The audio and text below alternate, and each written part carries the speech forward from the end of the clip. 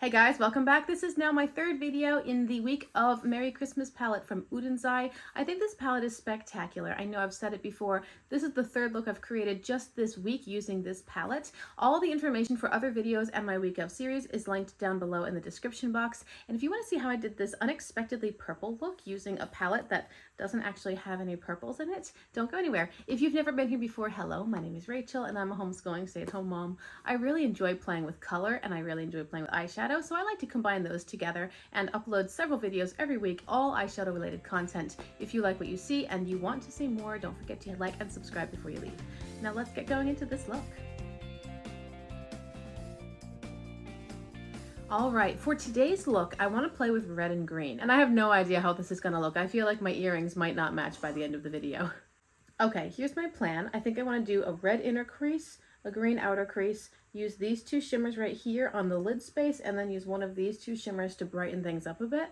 I know red and green has been done a couple of times using this Merry Christmas palette. It's Christmas time, red and green, I get it. I haven't seen anyone use those color combos before, and I don't want to recreate a look that's already on the internet. I mean, what's the point of that, right? I want to challenge myself to not only do something different, but to provide you guys with something different. So I've already primed my eyes using the Glam Light Icing Primer, and now I'm going to take a large pencil brush.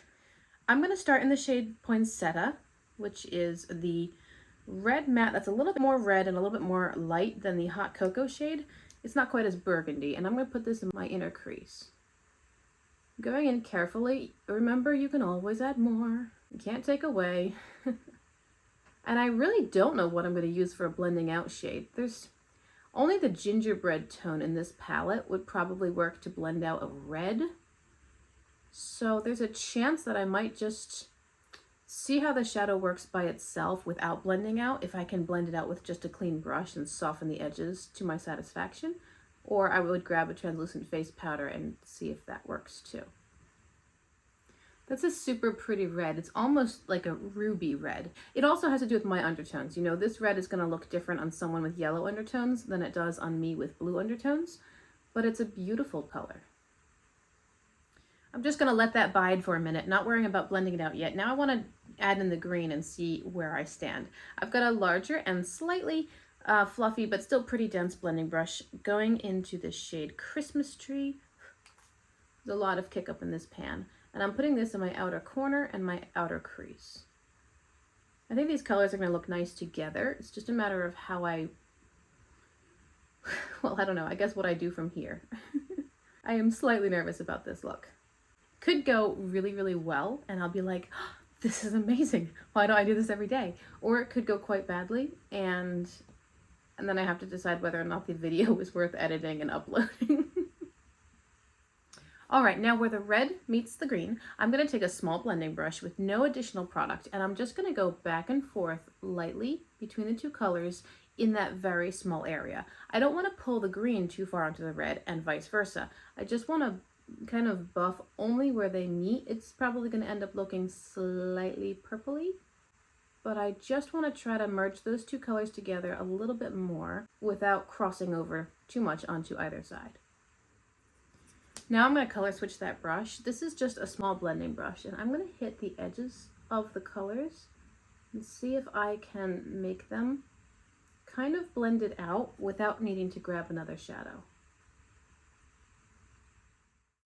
I think that those edges have softened nicely, but I want to take a translucent face powder. This is linked below. I don't know anything about face powders, honestly. This is just something that I grabbed at the drugstore, probably thinking that it was something I needed. I use this generally to just set a concealer when I put it under my eyes. Anyway, I'm taking that face powder on the same small brush. There we go. And I'm putting it on the very edges of the color. And that's softening it a little bit. I can always re-pigment the color if I find that this is softened too much and now my color is not true anymore. But this is going to help blend out the edges to be a little bit less stark. Okay, that's where we are now. It's not perfectly blended, but I'm not too concerned with it. I think it really is good enough. I had started this side because I was talking to my daughter, and now our conversation is paused, so I'm going to go back to the video. I'll finish that side up later. I want to add some shimmer because I think that's really going to tie things together nicely. I've got the shade Bless on my brush. This is a flat brush, and I'm telling you guys, I'm a little nervous about this. I don't know how it's gonna go. But I'm gonna take Bless and I'm gonna put it on the center lid space. So I'm starting it under the red, but not fully in the inner corner. And I think I want most of the shimmer to be this color, and then I'll bring in that beautiful teal shimmer to help merge me into the green matte. So for that, I'll just flip over the brush and grab that shade. It's called New Year. And by the way, I did spray the shimmer after putting on the brush, and I will spray this one as well. Here we go with New Year, placing it right where the pink shimmer meets the green matte. This is going to help transition into the matte color. So it's not such a, oh, that's pretty. Look how pretty that is. So it's not such a weird, you know, pink shimmer into green matte. If you can find a shimmer in the same color as your matte, it helps the formulas bridge the gap. And of course, where the green shimmer meets the pink shimmer, now it's going all purple on me, which is not necessarily a bad thing. I'm gonna get a smaller flat brush. I decided to take Elf Wish. Elf Wish is the multi-chrome in this palette, and it is a green, pink, gold sort of shift. I've got it on a small small brush, and I'm gonna put this on my inner corner and merge it into the pink a little bit, not too much. I don't want it to take over the pink. It's looking really gold right now because of the colors that I'm pairing it with, but it's quite a versatile shade. And I'm gonna bring that, I'll keep it on my inner corner and then bring it to the lower lash line. I don't have any mattes on my lower lash line. I should correct that, right? I think I haven't put any mattes there because I don't know what mattes to put there.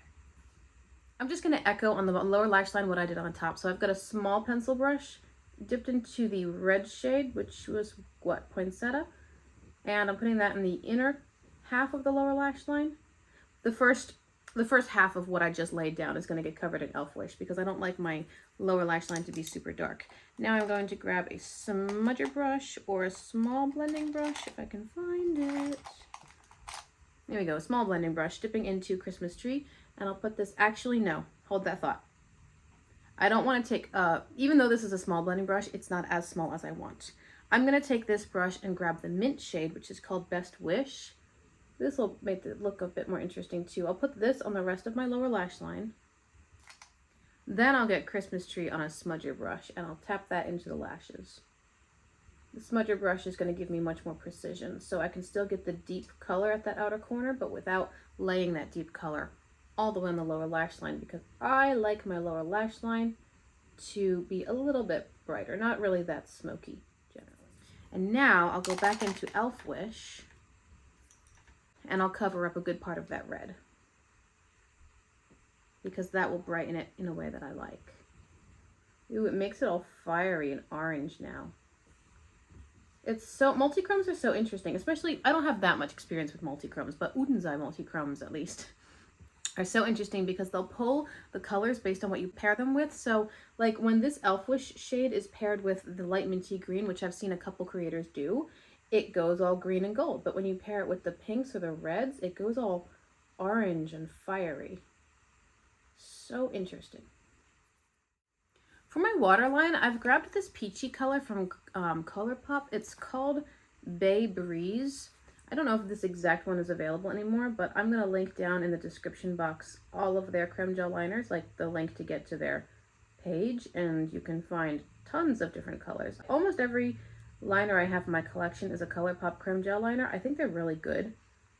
I've used one or two other brands, and I always go back to the ColourPop, at least for colored eyeliners, you know, not black or white necessarily, but there we go. That's the eye look. It's quite rainbowy, isn't it? I'm going to catch up the other side and finish everything up, and I'll be back in a second to show you guys how it looks at the end. All right, guys, all said and done, this is where we stand. I did a black eyeliner, but I didn't wing it out. You know already that I used the color Bay Breeze in my waterline. On my lips, I'm wearing this shade Bit of Honey from NYX Butter Gloss. And on my face, the only thing I did was a little bit of highlighter from the Tulum palette from BH Cosmetics. I used this highlighter right here. I didn't do a bronze, I didn't do blush, and then mascara, and that's everything. I think that the look turned out very different from what I was expecting. I was expecting for sure the red and green, but then because I hadn't decided on a shimmer, I didn't know which direction it would lean. And when all is said and done, again, this is just leaning quite purple. And I think my earrings do match at the end of the day because I discovered more of those purpley tones. I think it is beautiful, very different, very unexpected, and I hope you like it too. Thank you so much for being with me today. I hope you enjoyed the video. Don't forget to subscribe before you leave and hit the notification bell because I'm expecting to do at least one more video this week using the Merry Christmas palette. So I hope you like it. Thank you so much for being with me, and until I see you guys in my next video, I hope you have a great day. Bye!